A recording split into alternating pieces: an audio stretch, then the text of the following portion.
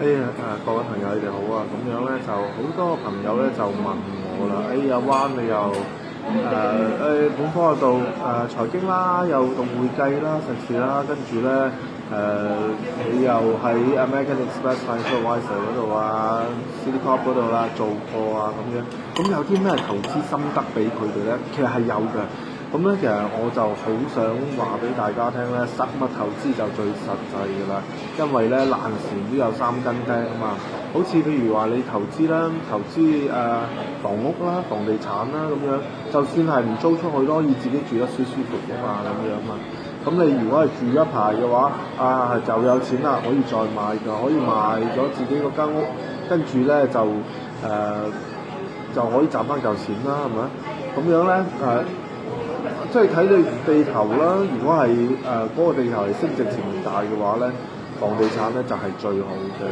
咁好似咧好多嘢咧都係睇實際嘅咁樣。譬如咧就好似話你買唔夠咁多錢嘅話，咁你點算咧？你可以投資喺自己嘅學歷啦，因為咧個社會咧係公認嗰啲學歷嘅。咁譬如你話做會計咁樣咧，係一個好實實在在嘅呢個工種嚟嘅，係全世界任何一個地方一個發達嘅城市咧，都需要會計嘅存在嘅。所以你係絕對唔會擔心話社會變成點啊，科技變成點嘅時候，你會失業嘅一個狀況啦。因為每一個公司都需要啊嘛。咁再嚟一個咧，就係話好多朋友咧就係覺得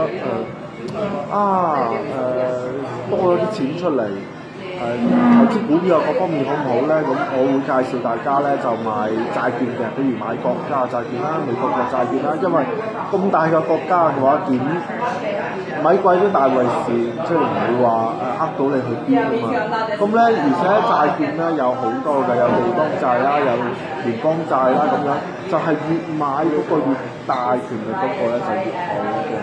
咁股票嘅話咧，我咧就勸你買大公司嘅股啦，因為細公司咧真係今日唔知聽日事嘅。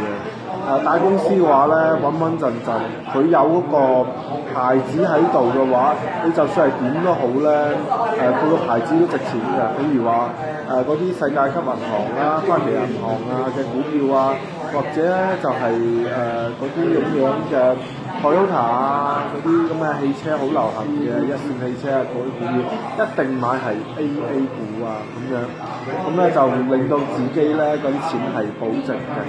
或者咧你再係咧你會中意話咧買金屬啦，譬如黃金啊咁樣，可以唔使買好多，買啲金頸鏈啊各方面嘅話，好似話鑽石啊嗰啲咧，我又唔係好敢擔保你啦，因為咧始終鑽石咧都係由碳跟住即係精華出嚟嘅咁樣。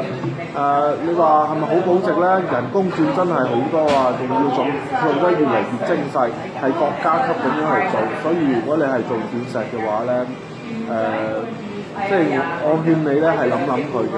再嚟一個咧就係話如果係外匯嘅話，炒咩外匯咧？一定係大國家嘅。譬如話美金啦、人民幣啊嗰啲咁樣。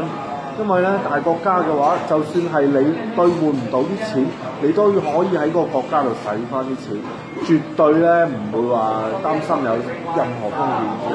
咁所以咧，我勸誡大家就係話啦，投資咧要有道，同埋咧投資咧一定咧行大路，好重要。